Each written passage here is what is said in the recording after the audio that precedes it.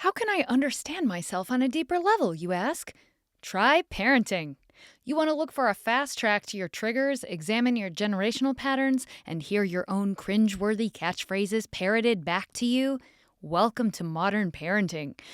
In the words of my guest, parenting can be the most profound and purposeful journey if you lean in, allow the feelings, look in the mirror, and invite change. Marissa Goldenstein joins us today on Star Potential to discuss how slowing down to examine and heal our own patterns can allow us to become our most creative, confident, and authentic selves. Let's get into it. Welcome to Star Potential, a podcast where we explore the meaning of our existence while having a few laughs and sometimes tears through stories from the road of life. I'm your host, Julie Jo Hughes. As a stage performer, my life is quite literally about song and dance. I believe that life here on Earth is a playground for discovery, not a contest to be won. We ask questions together like, how do I evolve my consciousness? And how do you sing a passionate ballad when there's an old guy in the front row with his balls showing? True story. Stick around for these fun conversations. Marissa Goldenstein is an innovative business professional turned master certified conscious parent coach. She believes her most important title is mother to two young spirited sons. Inspired by her own motherhood journey, Marissa believes mothers have a powerful opportunity to contribute towards healing the world through healing ourselves and leading from there. She offers one-to-one coaching as well as a community coaching experience for changemaker mothers called the Motherhood Practice. Please welcome my friend, Marissa Goldenstein. Marissa, welcome to Star Potential. Thank you. Thanks so much for having me. Yes, it's truly an honor and a privilege to have you here. I have known you across many different avenues, and I have to say, when I am in your presence, I feel completely held and seen and understood. And I have a feeling that that's not unique to me. Like, I feel like you really understand me, but I have a feeling that most people who have spent any time with you have that feeling in your presence. You truly have a gift for seeing people and holding space for others in a completely loving environment. And while I'm sure you will talk to us about the conscious effort you have put into being able to offer that kind of energy, let me just ask you, when did you know that you kind of had a gift for listening, being that person for others and helping them kind of unlock parts of themselves? Wow. Thank you. Well, thank you for that feedback. That's so nice to hear. And yeah, that's a great question. When did I first notice? I think the answer might surprise you a little. It's a bit more complex than maybe you were expecting, but I think that this is one of those situations where the wound is the gift. The areas of our childhood where we were maybe a little more wounded is where we develop skills and overdevelop skills for gifts that we hold as adults. And so as a child, I was what you might call parentified, or was asked to become more of an adult than was maybe developmentally where would have been appropriate for me. And so I developed the skills to really attune to the moment and to be present with others, adults, even as a kid. And I was often called an old soul for that. Was seen to be that I was wise and had that knowledge because it was protective for me to learn how to show up in a way that would create connection and safety with others. And Mm. so it's something that I deeply honor in my experience of being a human. And it's been a gift for me to develop those skills consciously now as an adult with some level of intention behind them and boundary holding and the things that we would hope to have as an adult instead of, maybe some of the more painful expressions of that previously. Mhm. Okay, there's some really poignant things you mentioned in there. I wanna talk about boundaries. I wanna talk about intention. So already I'm like, "Oh, here comes the meat." Um, yes, Yes. I'm already finding, even in the beginnings of Star Potential, that this is going to be a common theme for us here, is how we alchemize our pain into something Mhm. purposeful. And I think that is really interesting that it's often through the healing of those painful points that we discover our biggest gifts. And so, Yeah. how can we kind of move through those moments where it's just feeling crappy? Like it's feeling Yeah. you're feeling the pain and you're not knowing how this could possibly be serving you. Like where do we go in those moments? Mm. Yeah, in the moments where we feel like super overwhelmed by the process, the pain that we have to feel to move through to find the Yes. gifts. By what you're asking? Yes. Yes. To me, it is a practice of learning how to hold myself, like trusting that my whole body, my heart, my being can hold my pain, and it is growing more safety in my body, internal safety, safety in my nervous system to be able to tolerate the discomfort. The way that we expand our safety and our edges of tolerance is to learn to tolerate the intolerable, is Mm, to meet the edges that we have, the areas that feel so unfeelable, the edges that feel like we can't go any further, and mm, to learn how to embrace those with love and understanding and compassion. mm. So beautiful. Yes, I know one thing that comes up a lot in your work is talking about all these different fragments and pieces of ourselves and Yes. learning how to integrate those pieces and not just see them, but to see them without judgment, right? To see them with Yes. love and to welcome them as being parts of ourselves, even if they're not our like favorite parts or our most Mm, desirable parts. So maybe speak to us yes. a little bit about that, especially for people who may be new to kind of self integration and shadow work. Yes, such a great question. Yeah. So we are multiplicity of self, meaning we think of ourselves, a lot of us think of ourselves just one thing, or, I'm Marissa, but underneath is just layer upon layer of complexity and infinite nature of our being. And so we have these different parts of ourselves is a language that we can use to understand them. And the parts of ourselves that we tend to resist or deny or struggle to accept and want to judge are the parts of ourselves that were met with rejection along the way. So, someone along the way told us that it wasn't okay to be a certain way, to behave a certain way, to have a certain need or feeling of expression. And that part of us became suppressed and was not allowed in order to belong. And so we made a sacrifice and we rejected that part of ourselves so that we could stay in connection and we could stay in our belonging. Mm, And so we are practicing confronting those parts with a lot of compassion and turning towards them again in a new way so that they can become more integrated and return back home. And for me, that comes from almost thinking of yourself as a parent to these parts and mm, parenting them in the way that you were needing, the way that you were what you lacked in that moment for acceptance and for belief that they could exist, that that behavior, that moment could exist for you. And then we get to the process of loving that part helps it become more integrated. wow. That that must be a really useful way. I hadn't thought about it like that before of like being the parent to yourself that you would want when those parts of you felt like they were unacceptable and had to be repressed in order to belong.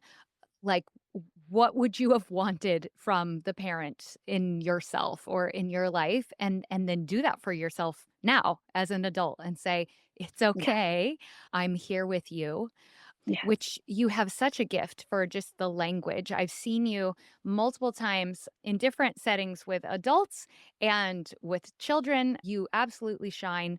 And in having my kids hang out with your kids, I often just watch you and I just observe and you just hold such space for letting others feel their feelings but also not necessarily letting us get lost in them either.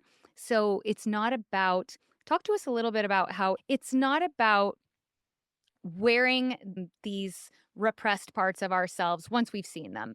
It's not really about wearing the badge of honor that says, I was made to feel like this part of me is not okay, and it is okay. There's there's kind of that understanding Mhm. versus it's okay that I'm having this feeling. I'm going to let myself process that feeling, and then let's figure out how to kind of integrate that to be authentically myself rather than like wearing the victim badge. Do you understand what I'm saying? Yes, absolutely. Yes, I do. Yeah, that's such a great question. So when we want to wear that badge, we want to wear that victim badge that says, it is okay and I'm allowed. Can you feel like the pain under there? That's Mm, pain, wanting to be seen. So that's a signal anytime we're in that victim state that we have pain here that needs seeing, it needs holding, it needs loving, it needs expressing. And it's a reflection of how much we can hold in ourselves. How much do we need to reach out to others to see the pain that we're holding? And it's a signal of where we are in our process of self love and self compassion and self forgiveness, is how much we ask others to see our pain and to hold it. And I think there's a subtle difference here as we're talking about that of connection and community. Like it is normal to reach out for support and to reach out for help. But the subtle difference you're talking about here of wearing that badge or getting lost in our feeling really comes down to, did I make it your problem? Or can I stand in the fact that it's mine, my process, my feeling. And here's what I'm needing from you to hold me, to help me, but knowing that it's not yours. You didn't cause this. You didn't do this to me, right? That's the difference between victim status and holding my process and being curious and invested in repair, which might mean I have a need that I need to express with this other person. oh, that is gold right there. Yes, being able to recognize and be able to share with others, this is something I'm working through, and I'm okay with asking for a little help as I work through this, but not shouldering the responsibility for the fact that it's my thing that I'm going through and Yes. learning through. Mm, Yes. that's so beautiful. Okay, let's Yes. go ahead. If did you have anything Oh, else to yeah. I add? was going to say, I think that the more responsibility we can take for our experience in life, the less we become victims of life, and the more we become in our freedom and in our power and Mhm. in our authentic artistic expression of how it is to be human. Because now we have everything we need inside of us. And we can actually lead conversations, hard conversations. We can lead repairs. We can navigate conflict with ease instead of collapsing. Mm. So ultimately, to me, that is like, that's, yeah, the gift of this work. Absolutely. So, a lot of your work, you have this beautiful vision for the world. And I love how you kind of seamlessly integrate taking ownership for where we are today in that process by being informed by where we come from in order to consciously set our intention for where we want to be and where we're heading. And that's such a I feel like it's such a full encompassing way of being in the present. That's definitely something I'm walking through and learning is how do I be completely present, integrating the past, but not living in the past or the future? How do I live right here where I am, but still being mindful of like my grand vision and taking into Mhm, account these parts of me that I'm still learning to love and integrate? mhm, And we'll definitely move into the mothering piece, which is where the cream of your work is. But I feel like you have such a gift and such a beautiful vision that we are the creators of mhm, our reality. And the most important component of that is really the inner self work that each one of us is doing in order to collectively create this more beautiful future. So, any thoughts you want to share on kind of where that vision comes from and why that you believe that like this inner work that we each individually do is so crucial? mhm. Oh, so many beautiful layers there that we could go into. I see, like, yeah, the first part of we're holding these visions for ourselves. And anytime we hold a vision for ourselves, there are expectations now.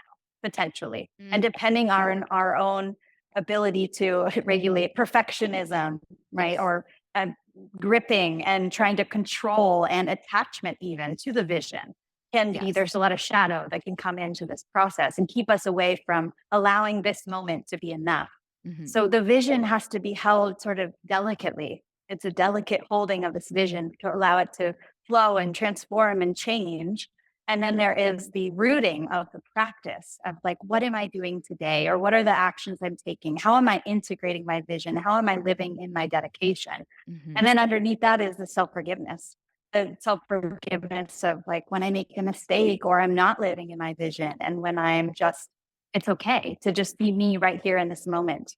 And I think as we become more expansive in our thinking and as we do the self work to see more layers of our reality, of our inner worlds, of each other, then we can hold more of the complexity of the nuances. It doesn't feel like we're either in our vision or we're out of our vision, but instead we're holding the vision inside the practice, loving ourselves throughout the whole thing. We're in centered in this moment. It's kind of all going on. It's like we now have more eyes. We can see more of all the layers of ourselves and hold more. And I think it can be such a process to allow ourselves to have that forgiveness and acceptance of where we are right now. And I think so much of this practice that we are stepping into is about presence, like you say, like what is this moment right now? And we can get really attached easily to the past and the future. So it's complex, isn't it? yes, it is. Yeah. So I think and one thing you're kind of bringing up here is having the perspective. It's kind of staying in the spiral, right? So rather than thinking of our time like linear, like I was here and I'm heading here, Yeah. instead kind of spiraling up and going, okay, this is Yes. where I am in this moment. I can see where I've come from and I'm hanging on to Yes. this vision of where I want to be. So how can I kind of integrate all of that to Mhm. inform the decisions I'm going to make today? Yes. Yes. Yeah. And I think that when we are, I love that visual of a spiral. And I think a lot of it comes down to anytime we're reaching like a what kind of decision do I need to make? Or how do I move forward? It's an opportunity to really slow down. We are used to in our society making decisions very quickly and feeling the pressure of checking off the items on the list and just really granting ourselves that time and space to slow down with what does my body think about this decision? When I hold these different options in my mind of how I can move forward, what happens to my nervous system? For example, Mm, taking cues from my whole being about how I might respond in this moment. And that's part of the artistry, right? When we get to know ourselves more deeply, when we get to understand more of our inner world, the more we can be empowered to live from our fullness because mhm. now we can hold all the layers and decide with conscious intention how we're responding. And that shifts the whole decision process in itself because now if you're aware, you might make a decision that's based on an old pattern, but you might say it out loud. Like, Mhm. I'm choosing safety right now. And that's Mm. okay. I'm going to choose what makes me feel safe.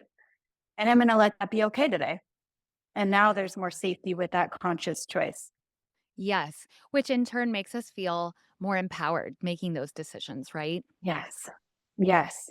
Yeah. Like we can work to confront these paradigms we have of right and wrong and good and bad, and some of these attachments to these seemingly contradictory principles that when underneath, if you really sink into the truth, which is that every decision, every moment comes with a package of consequences and benefits, then you could really feel empowered, right? You could feel into like, oh, any decision I make is actually okay.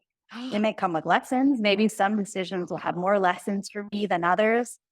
But ultimately, my ability to hold my center, my safety, my sense of self love and forgiveness will be what holds me through every moment that I take. And then I can just play a little more in my life.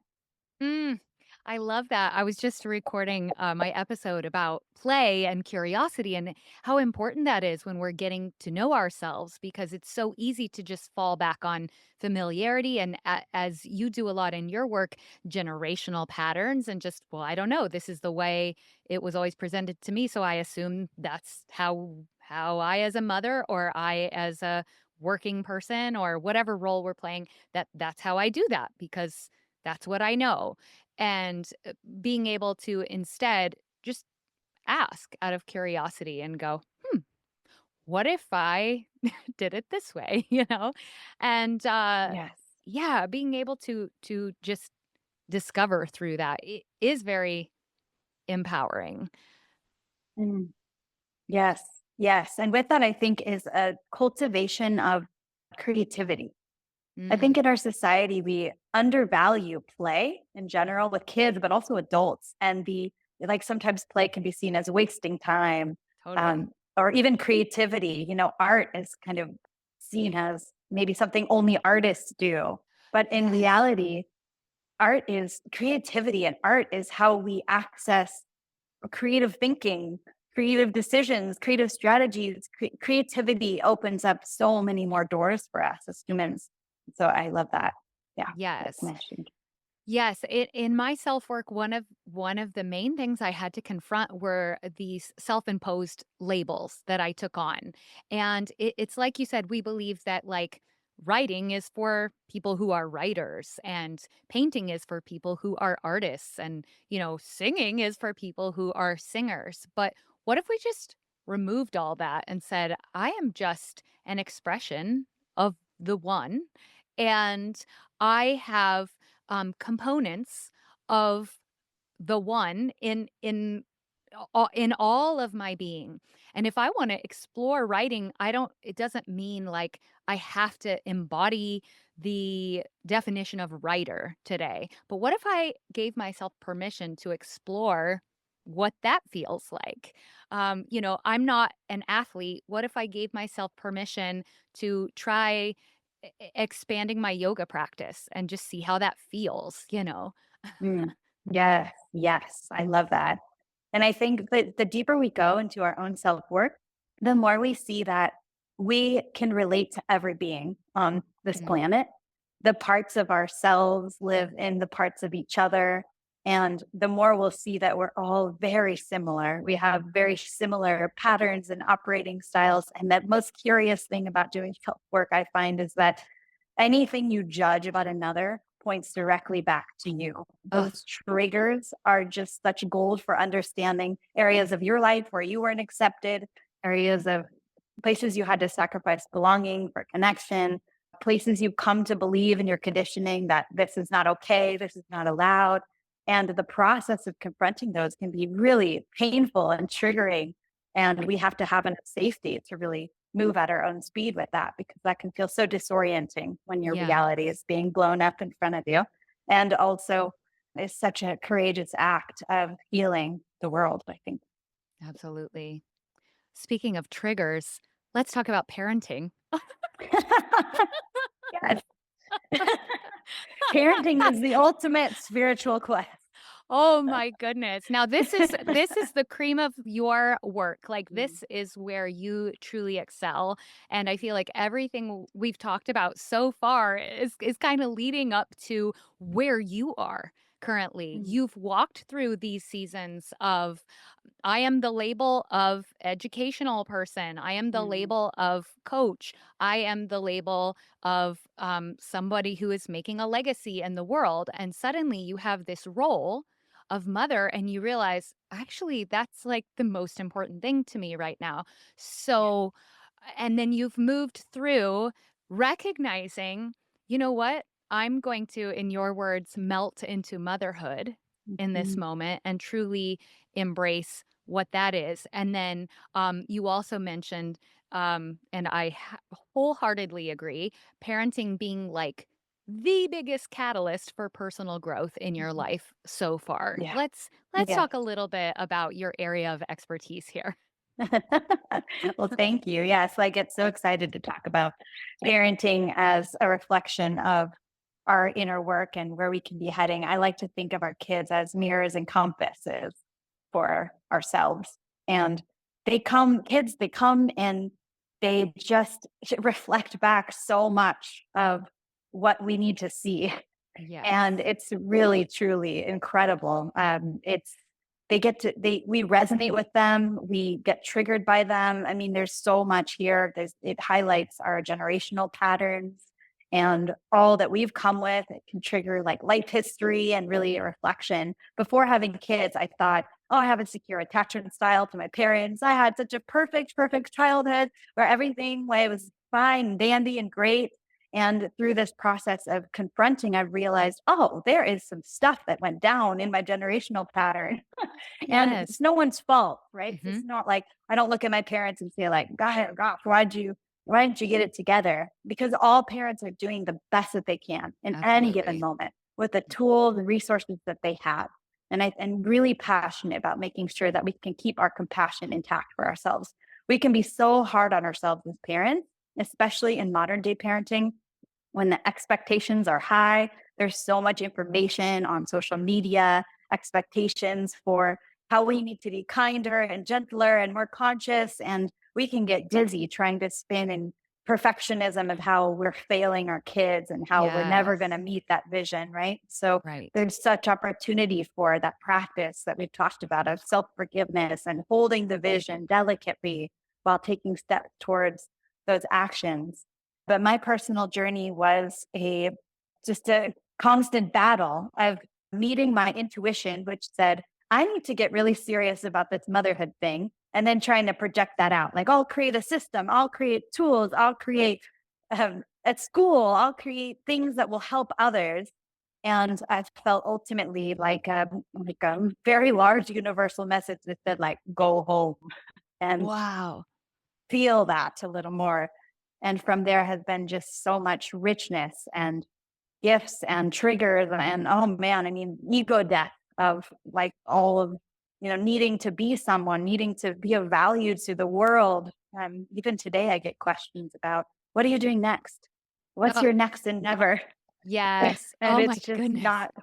not valued to be a full-time mother at this time, and that's Right. okay because I can hold that for society and know that it's not a reflection of my worth, and that's the gift of doing that, embracing. Mm. Yes, that's so beautiful that you see that as a way that you can actually serve the collective is let me not take that personally. Let me not go home and cry and think I don't have any worth right now because I understand that you are just projecting your level of understanding and I don't need to take that personally or hold it against you. It's just where we both are in our journey. Yes. Yes. Yes, yes, and full acknowledgement that there might be shadows here, right? There might be things I don't True. know yet about my decisions, and I might need to go back and claim my value someday. Maybe I learned that all this was fear-based, and there's okayness there too, because there's an embracing of I am doing the best I can to be human at any moment and to make those decisions that feel right and to flow with the rest and the lessons that come. Mm, yes, absolutely. Oh my goodness. Why don't you talk to us a little bit about you've even though you're very good about being right where you are, and even though others are asking you what's next, from the personal side of you, I know that you do always have these visions. You are able to be right where you are, and you're still hanging on to the vision of kind of overall like which direction the vehicle is driving Yes. and kind of where you're going. So, I would love for you to tell us a little bit about what you're working on with the motherhood practice. Yes. Yeah.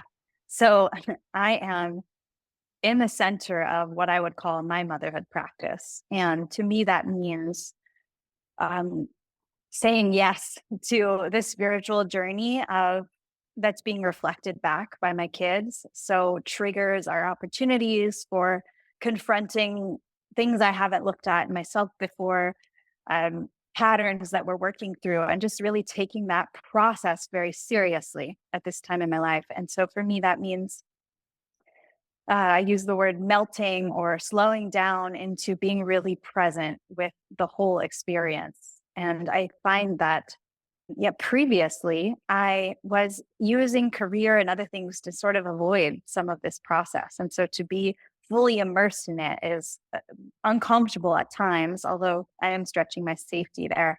And so that the vision for the motherhood practice is an extension of what I've been gaining from being at home and almost taking this sabbatical from the career to recenter. And this vision is one that I've been riding in for a while, but it seems to take different form and different containers, right? We tried it in a school format and I've tried it developing tools. And the more I experiment with this vision, the more I learn from it. And what I've learned is that the mothers hold the most potential for growth when it comes to how they're going to respond to their kids, because no one loves their kids more than the mother. And the mother is the life force energy. The mother is the one who birthed the children. The mother created in their being. Like, I think as women, we forget about that very real feminine power that we have Mhm. to create and to really create from this instinctual, animalistic place. So Absolutely. I'm really passionate about working with mothers and helping them uncover some generational patterns, learn how to hold themselves more in self love and compassion so that love radiates from them. And it's not a strategy or a tool that we're putting on like a band aid or a script that we're trying to memorize. So we're saying one thing that's loving to our kids, but we're incongruent with our inner experience.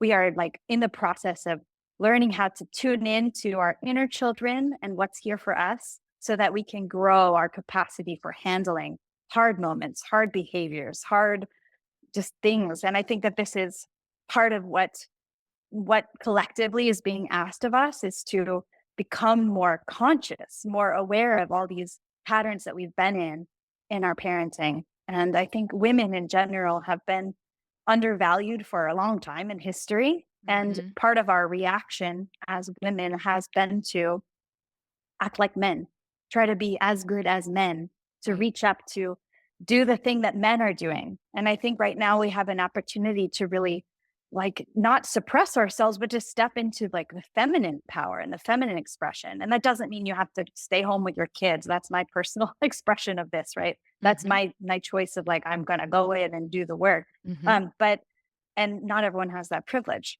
So, but what I'm saying is that there's opportunity to really understand the potential that we have as women to step into that creative power and the leadership that comes from the nourishing, like a lioness who is so sturdy in her boundaries and so loyal and loving. And I work a lot with that archetype, the lioness. Yeah. Yes, I So haven't that's heard my that vision. before, but right as you said that, I was like, "I'm gonna put a picture of a lioness at my workspace." Like, remember Yes. who you are. Like, there is so much Yes. power and ferocity in the divine feminine, right? The ability Yes. as you said too, it's like holding the space for the creativity to come through. Yeah. It's having this amount immense power, but almost being the facilitator of holding that space for ourself and others. Like, I feel like that's the power in it. And that Yes. kinda comes back to that quality that you so beautifully possess and that you have worked on and honed is you have this incredible ability to hold space for someone. You do that for your children, you do it for other women, you do it for your partner. You're able to do it with your work partners, you are able to I just feel like you so beautifully um kind of bring to life that lioness. So it's not a surprise that that is an archetype that you kind of work Mm. with because that's definitely something that I feel like in the work that you do with others that you can, um, I feel like you must have come to this lifetime with kind of a natural tendency to be good in that area, and Mm. then you have definitely devoted yourself to expanding there and realizing, I think I kind of have a gift for this, and I can help others find this in Mm. themselves. Bringing it back Yes. to star potential, which I asked myself, what does what does it mean to be a star? And, maybe there's a Mhm. bigger definition than what I used to think it meant. And part of that is a responsibility to so I have this magnetism where I can grab people's energy, and now what do I want to do with that? Like I want to do something meaningful. And so I think that we can recognize these gifts that we have and then kind of sit with that and go, "Okay, this is my unique ability that I've been gifted with. How could I hone this in a way that I can either T for some reason, I'm afraid of the word teach. I don't know, Mm. it's kind of Mhm. like you Yeah. lead by example, you know? If I can Yes. truly harness this gift, perhaps I can inspire that component that others possess for them to strengthen that in themselves as well. Mm. Yes, that's so beautiful. Absolutely. Yeah, and I think any I love that you hesitated on the word teach because I think it implies an expert kind of Yes, expert view yes, where it's like I stand above you, and a lot of our society is built on that, right? You get a right. PhD, you get an MD, now you're expert badge, and a Yes. lot of the time you're in the background googling like, what do I do here, right? Yeah, But we're not exactly. honest about that. Like, we're all just human. We're all just trying Right. to kind of figure it out, and like yes, you can have expertise, you can have developed skills, you can have developed knowledge, but are you integrated? Is it just in your mind? Does it Mhm. philosophically here, or is it embodied? Do you live from that? And I think as humans, we all have opportunity to confront some of those disconnects between where we might be philosophically aligned and where we're embodied. And that's a practice in itself. Yeah. Absolutely. Yes, yes. I feel like a lot of times we kind of acquire the masculine side of it first, the practicality, the Yeah. intellectual Yeah. understanding of something. And as you said, it's a completely different practice to integrate that, which would be the feminine energy. And now how do I Mhm. embody that and live that, right? Yes. Yeah. And I love what you said about sitting with your gift and understanding where it goes from there. And and also that gift, like, I imagine what you said, star, and I've been working with this imagery of a star that has come from the sky and has been planted in a garden and has roots. So it's a rooted star. And how we might take time to just cultivate visions, cultivate gifts in a way that doesn't require any sort of external feedback, right? Like Mm. we don't even need to share it right away. We can hold it and clarify it and let it evolve and experiment with it and see where it best fits. And I think that just takes some of the pressure off to say, what is this right thing I do with my gifts? And that's not what you were saying. I'm just adding another layer of Yes. complexity here as we think about what to do with our gifts. Oh, Yeah. and that's definitely a chapter I've been in for a long time is what is the right way to use these Yeah. gifts.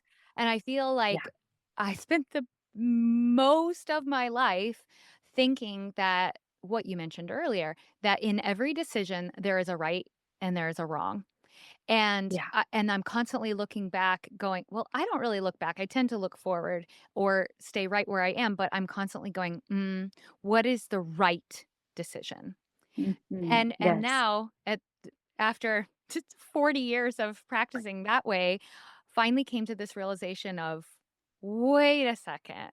What if I could be crazy enough to believe that there actually never was a right decision or a Mm. wrong decision? Mhm. There was just a choice to be made, a fork in the road, and as you said, whichever way I chose was going to offer me Mm. lessons, either in this Yeah. realm or this realm, but what if we could be crazy enough to accept that there never is a right decision? It's just Mm. the one you choose Yes. and learn from. Yes. Yes. And I'm curious if I can ask you a question. Was there grief Please. involved in that process? So much grief. Yeah. So Yeah. much Yeah. grief. Yeah. Yes, Yeah. yes. Going back and so many times, um, I think there's this other theme that has come up a lot in this inner and shadow work I've been doing, and that's realizing that a lot of times at crossroads in our life, we have the opportunity, not even at crossroads, sometimes it could just be a day at the lunch table in second grade. We have this opportunity to choose between authenticity and belonging. And if you start looking back at your patterns, how many times did I choose belonging over authenticity Yes. and convince myself that I was this other version when actually there was this real part of me inside going, "What the f" like, "That's Yes. not you." Yes. And we just Yes. told her to be quiet, you know? Mm. Yes. It's such a yes. Such a yes. Um, yeah, and I think there's even, like, just so much compassion that can live in what you just said about why we choose belonging over authenticity, Mm. especially as kids when our survival is dependent on it, right? Because if we Yes, don't true. belong, we're fed to the wolves. We are on our own. We are social primates and we need tribe, we need community to support us and to be accepted by for survival. And so I think Yes, it makes so much sense that as humans, we choose that belonging. And choosing belonging over authenticity can be strategic sometimes. It can be true. a tool that we consciously use, right? To say, like, it's important to me to get this role. It's important for me to fit into this group, to have my income, right? Or to do these things. So what we're inviting is more consciousness so that we can do that with more empowerment. We can do that with more flow and freedom. And it doesn't feel like we're in a cage. Now we can choose how we want to respond, more Mm, intention. yes. All right. There is another area I would like to talk to you about, and that is, again, a major theme here at Star Potential is this idea of being a performer and Mhm. doing, playing the role of what we think we're expected to be doing. And how does versus, you know, just being. And Yeah. how does that come into play in the work that you do? I know you have some things to say about roles that we play in our relationships and as parents. Oh my gosh. Yes. Yeah. It's a strange concept to start to wrap your mind around who we might be underneath all the roles we play, Hmm. because so much of our existence is tied to patterns that we've learned and conditioning. And so to ask the question of, like, what's under that is sort of a unique one. And it's hard to untangle, right? Like, what is authentic, essential self under there that may be there? Um, but I think that there is such empowerment, as we've talked about, with coming into contact with these roles. And I think roles that we play is really related to the parts of ourselves. Underneath the mask that we wear is a part of ourselves that is choosing this mask for a reason. And so each of those roles is a doorway into what have I learned about relationships, for example? What have I learned about marriage, right? And each time I'm interacting with my partner and I'm noticing that I'm wearing a mask or I'm playing a role that I've learned by society, then is there opportunity to expand in that? Is there opportunity to confront that? And there might be edges that I don't want to. I don't want to push the boundary on my marriage beyond a certain point of safety, right? We get to choose where we are, but the roles are affected by society and how we've been told we need to be to belong. It all comes back to that belonging versus authenticity principle, and how we flow in our relationships and with each other in community is dependent on our freedom internally, safety internally, and then how we might get creative about how we put on these roles. Or maybe a lot of times we have roles that we put on and lean on because we're afraid. We fear that if we are to be authentic, we'll lose belonging, which may not be the case. It may be that we then are freed up to express in a totally different creative way that transforms the entire community or the entire relationship. And I think this reminds me that anytime you are confronting a status quo, which is like the pattern or the role that we play or the relationship that we're in, the community and the role we play there, anytime we confront that baseline, we are taking a risk. And either we're going to transform in it or it's going to die. And so that's a really scary thing, just to honor that. That anytime we confront this pattern, we are taking a big risk. Right. And the risk has to be worth it in your system to say, I'm willing to take that risk. And often what's on the other side is not what we feared. It is usually Mm. something more beautiful than we could have imagined Mm. because it's coming from a more deep place inside of ourselves. Right. Mm. I'm curious, do you have roles that you've identified? Like, when it repeats for you and you're like, "Oh, that's the protector role that I play sometimes," or do you give them I've heard some people give them names like, "Oh, that's the performer coming out," like, "Gotta Oh, quiet her," totally. almost like Inside Out one day. Yes. Oh my gosh. Yes. Yeah, I have a pattern of, like, losing myself to another person, like, I'm Uh-huh. just fully attuned. You talk about, like, holding space and the power of that. There's Mm. shadow there, like, That's the I'm flip completely side, gone. yeah. I'm the space that's holding Yeah. them, right? And Yeah. I'm almost, like, enmeshed with their experience, Mm. and so there are, like, body signals of that, like, my head will tilt and I will nod a lot to signal that I'm really listening, and that's a sign that my system is really in that role, right? Like, I'm here and Wow. I'm listening. And so, yeah, noticing that even in body language and bringing it back to, like, a different body position and, like, oh, Mm. feeling my body again. I'm still listening, but now I'm in me and I'm listening. Right. So, like, we can, yeah, use body cues and notice the patterns of these parts and these roles that have very Wow. specific ways of communicating. Wow, that's a very powerful tool to be like, "No body, Yes. like, let me just signal to you that we're gonna stay Mm. here in this lane, but thank you Yes. for letting me know where you are." Yes. Yeah.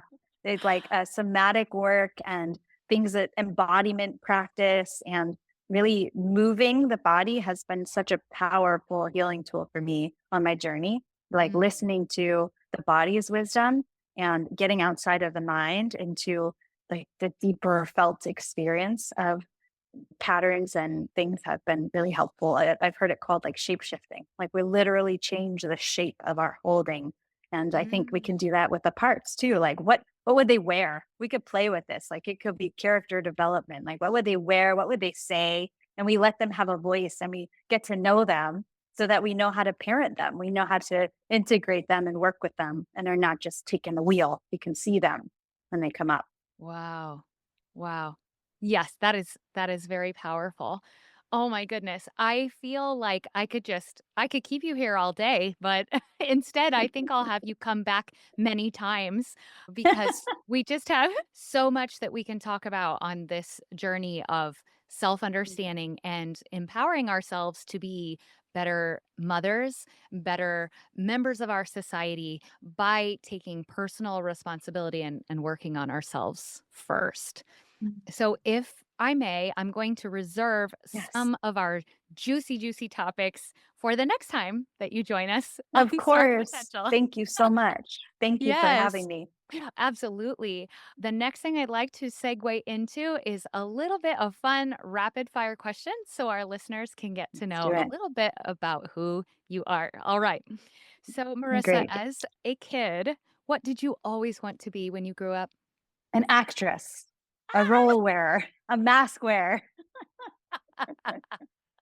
Bringing it back around. Yes. I love it. And which season of the year makes you feel most alive? Spring, for sure, spring. Everything's in bloom. It's been cold and repressed, and now everything's opening. Hmm. I like growth. I'm most comfortable in a growth process, Mm, transformation. that makes Mhm, sense. That makes sense. Coming out of mhm. the goop, as we say. Yes. Yes, exactly. Breaking out of the shell. I love it. Yes. Uh, Yeah. Marissa, if you had a theme song for every time you made an entrance, what would it be? Yeah. I think it would be the song "Unwritten" by Natasha Bedingfield. Mm, It's just like always standing at the blank page and you're just like ready for the next thing. mhm. I think that it's a Read it. choice for me. It's not reflective. It's like what Something I want to in walk the into. Yeah. distance. Close, you can Yeah. almost taste it. Release your inhibitions. Yes. So, fun fact about that song, I relate so closely to those lyrics too, and it's just feel the rain on your skin. Is it skin or Yes, face? yes. Yeah. Yeah, skin. Skin. Yes. Skin. There's Yeah. so much like visceral description Yeah. in that song. It Yeah. just makes you want to stand Yeah. out in the rain. It does. Exactly. And I included it in my cabaret that I did when I was 8 months pregnant. Oh, wow. Mm. Yeah. Yeah, it was like a love letter to my unborn baby at the time, and yeah, Mhm. so I So also sweet. love that song. Mm. Mhm. Finish this sentence for us. When I'm 80, I'll be Dancing. oh, of course, we didn't even Yeah, talk about your love of dancing. dance. Yeah, dancing forever. Yeah, well, I Love it. found this movement practice because I'm a swing dancer normally, historically, structured dance frameworks, and I have found this kind of freedom movement practice that's completely unstructured. And I just love that my inner world is reflected on my external dance practice of letting go of frameworks and systems for partner dancing and how you must move your Wow. body as a follow into I get full Yes. expression to move my body and yeah, Wow, what a beautiful progression. Yeah, like reflection of your yeah, own life journey at the yeah, same time. yes, yes. Okay, what is your favorite dessert? Chocolate, any Just form. all Yeah, encompassing. just Mhm. all encompassing. If it has chocolate, it's a favorite. I agree, and I know we share a love of peppermint chocolate, which is all the rage right Yes, now. yes. It is. It's funny. My husband always laughs at me. He's like, you don't want the peppermint any other time of year?" And I'm like, "No, no, no." And, like, he tries to give it to me in November. I'm like, "No, no, what are you doing?" It's not time for that It's yet. all it's a yeah, it's very particular love. What are you doing? You're gonna mess up the Yeah. seasons. Come on. Right. Yeah. Okay, I know you'll have something juicy for us here, or many. What's a book that you would recommend for everyone to read? Oh, yeah. Okay. Okay, 2 come to mind. Mhm. One is called The Wild Edge of Sorrow by Frances Weller, and it's about rituals and practices for grief and the importance of feeling our grief and welcoming it and how we have stifled it a lot collectively. And I find it such a beautiful, supportive, actionable book. The second one is called Notes on Complexity by Neil Theus. Mhm. It is this beautiful combination of science meets spirituality and understanding quantum physics on a really digestible way that really shows you mathematically and scientifically why there's more mystery than we can understand in the world. It's a really beautiful book for anyone kind of grappling with their spirituality or needing some science background to really come into terms with Wow. more spiritual awakening. Mhm. You can probably see how I'm just lighting up with this. I'm eating that up. Yeah. I have recently come to terms with the fact that I am a very analytical person. For a long time, I held on Yes. to this again badge that I am a creative. And actually, I'm a very analytical, Mm. calculated creative.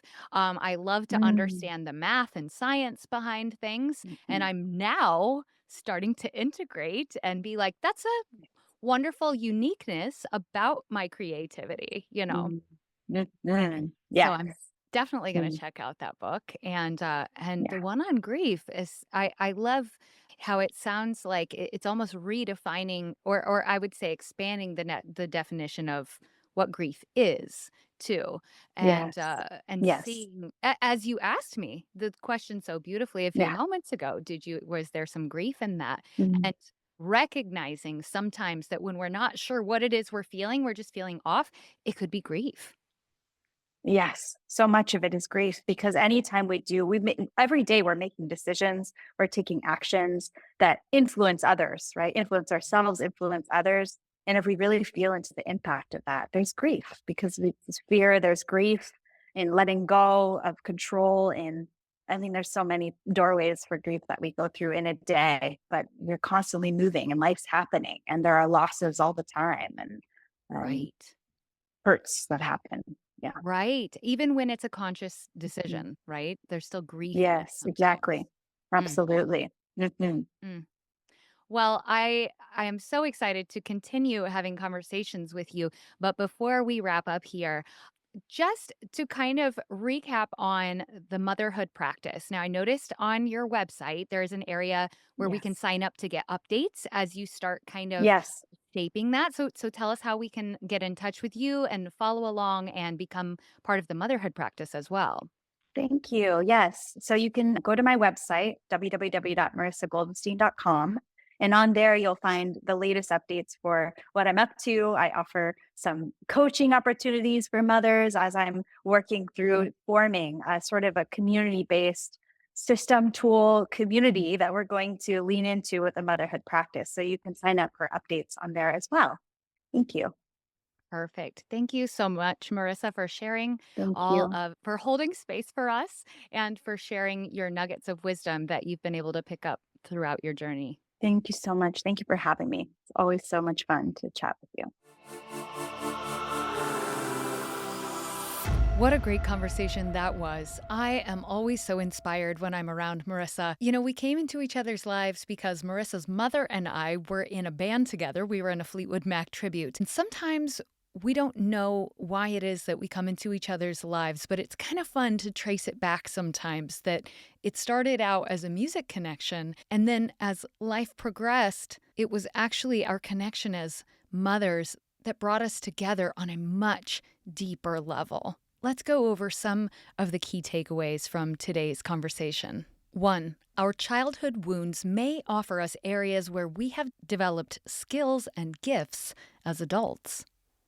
2. We must examine where we come from to make conscious decisions today based on our vision for tomorrow. 3. The way we expand our safety and edges of tolerance is to learn to embrace those edges with love, understanding, and compassion. 4. The more responsibility we can take for our experience in life, the less we become victims of life. We become our own freedom, in our power, and in our authentic artistic expression of how it is to be human. 5. Anything you judge about another points directly back at you. And this is something that comes up so often here on Star Potential. But these triggers are gold for understanding areas where you have felt unaccepted in your life.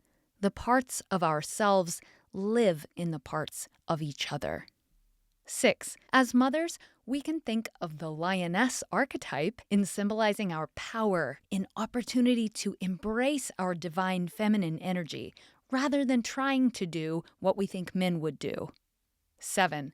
Marissa invites us to think about where we might be philosophically aligned and where we're embodied. Slow down, do the nervous system work, and expand your awareness and consciousness so we can make decisions with more empowerment. Thank you so much for listening to Star Potential today. I would love to hear what some of your key takeaways are. Please send me a message on Instagram or join our Facebook community, Star Potential Galaxy. And I can't wait to hear more from you and what you are learning through your own mindfulness and expansion practice. All of the things that we continue to talk about here on Star Potential, no one's expecting you to understand and implement those things immediately. This is a practice. It's an ongoing journey, and we're here to support you in that. And Marissa offers a beautiful community and ongoing practice together where you can feel supported with her as a coach. There is a community offering as well.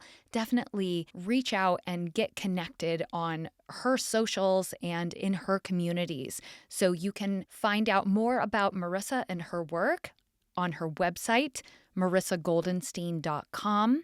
And this will, of course, be linked in the show notes. You can follow her Instagram profiles, her page where she shares her own personal expressions of motherhood at Marissa Goldenstein. You can also follow the account The Motherhood Practice, where she offers more of a sense of community and implementing the practices taught within the motherhood practice. Thanks so much for joining us today, and see you next time.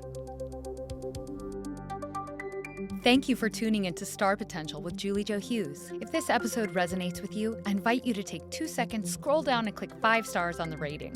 It's a fast and easy way to help the show gain exposure and momentum. If you're loving the show, I invite you to leave a quick review about what you love. Reviews are like gold to podcasters, and to show my gratitude, you'll be entered to win my monthly giveaway when you send me a screenshot of your review. I also made you a gift. It's a 9-minute, simple gratitude meditation with singing to help you practice mindfulness. Just visit me on Instagram at @thejuliejo or find the link in the show notes. Thank you for your love and support. Until next time, keep shining your light. And that's a wrap.